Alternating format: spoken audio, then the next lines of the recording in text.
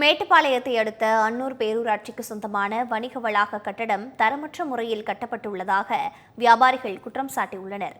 இதுகுறித்து பாதிக்கப்பட்ட வியாபாரிகளோடு நமது செய்தியாளர் செந்தில்குமார் நடத்திய கலந்துரையாடலை தற்போது பார்க்கலாம். அன்னூர் பேரூராட்சிக்குட்பட்ட பேருந்து நிலையம் அருகே கடை வணிக வளாகமானது செயல்பட்டு வருகிறது. இந்த வணிக வளாகத்தில் திறக்கப்பட்டு, அதாவது கட்டி முடிக்கப்பட்டு பயன்பாட்டுக்காக திறக்கப்பட்டு 8 மாதங்கள் ஆகியிருக்கக்கூடிய நிலையில் தற்பொழுதே அந்த கட்டிடங்களின் உறுதித்தன்மை என்பது கேள்விக்குறியாயிருக்கிறது.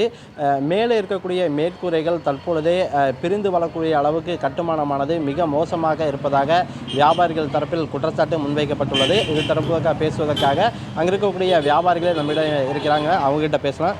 ஆனால் இந்த வணிக வளாகம் எப்போ பயன்பாட்டுக்கு வரப்பட்டது, இப்போ மழை தண்ணியில் நிறைய உள்ளே வரதாக கூட புகார் சொன்னீங்க, அதை பற்றி கொஞ்சம் சொல்லுங்கள். நான் வணிக வளாகம் நாங்கள் 8 மாதமாக இங்கே வந்திருக்கோம், ஏலத்தில் எடுத்திருக்கோம். இந்த 8 மாதத்தில் ஆரம்பத்தில் பெய்த மழையிலேயே பார்த்திங்கன்னா மேலே எல்லாம் மேல்கூரை ஒழுக ஆரம்பிச்சிச்சுங்க.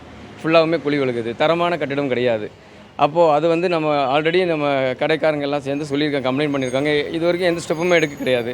8 மாதம் நிறைவேறுது.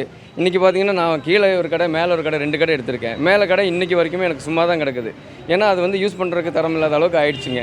இப்போ அதை ரிட்டன் கொடுத்துடலாங்கிற அளவுக்கு முடிவுக்கு போயிடுச்சு.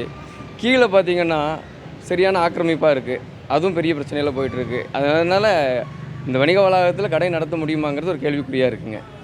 இது சம்மந்தமாக அதிகாரிகிட்ட தரப்பில் நீங்கள் அதாவது கடைக்காரர்கள் சார்பாக கோரிக்கை விடுக்கப்பட்டதா, அதுக்கு அதிகாரிகள் என்ன சொல்லியிருக்காங்க?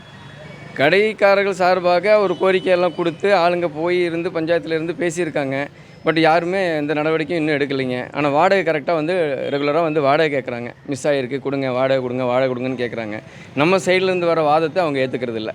என்ன பண்ண போகிறாங்கன்னு தெரியலைங்க. நிறைய விஷயங்களை அவங்ககிட்ட சொல்லி பார்த்தாச்சு, அவங்க எந்த ஆக்ஷனும் எடுக்கிறது இல்லைங்க. ஆனால் இதை மட்டும் அவங்க கரெக்டாக செய்கிறாங்க, காசு அவங்களுக்கு வேணுங்கிறது. ஆனால் இங்கே இருக்கிற பிரச்சனையை சொல்கிறோம். நான் 3வது கடை எடுத்திருக்கேன், எனக்கு இந்த கடையை தெரியறதே இல்லை. இதுக்கு ஒரு ஆக்ஷன் எடுக்க சொல்லி நான் சொல்லியிருக்கேன், ஆனால் அவங்க எந்த ஆக்ஷனும் எடுக்கிறது இல்லை. எல்லா கடையும் 1ஆம் நம்பர் 2ஆம் நம்பர் எல்லாமே மறைச்சி பெரிய ஒரு டிஸ்டர்பன்ஸாக இருந்தாலும் அவங்க அதை பற்றி கண்டுக்கிறது இல்லை. அவங்களுக்கு அவங்களுடைய வாடகை தான் முக்கியங்கிறாங்க. வணிக ரீதியாக கடைகள் ஒதுக்கீடு செய்யப்பட்டுள்ளாலும் அது ஒரு உரிய வரைமுறை ஏற்படுத்தி தரவில்லை. அதே போல் கட்டிடத்தின் உறுதித்தன்மை என்பது கேள்விக்குறியாக உள்ளது. ஒப்பந்தம் எடுத்த ஒப்பந்ததாரர் பெயரளவுக்கு மேற்கூரை பணிகளை மேற்கொண்டுள்ளதால் ஒரு மலைக்கே தண்ணீரானது மேலே இருந்து கீழே, அதாவது கீழ்த்தளத்தில் படியக்கூடிய ஒரு சூழலானது ஏற்பட்டுள்ளது. எனவே இந்த பணிகளை மேற்கொண்ட ஒப்பந்ததாரரை கண்டறிந்து அதற்கான உரிய ஆய்வு செய்து அவர்கள் மீது நடவடிக்கை எடுக்க வேண்டும். ஏற்கனவே தற்பொழுது இங்கே மழை நீரானது உள்ளே போகக்கூடிய வகையில் இருக்கக்கூடிய கட்டுமானங்களை விரைந்து சரி செய்ய வேண்டும் என்பதே இந்த பகுதி வணிக கடைக்காரர்களின் கோரிக்கையாக உள்ளது. தமிழ் ஜனம் செய்திகளுக்காக அன்னூரிலிருந்து செய்தியாளர் செந்தில்குமார்.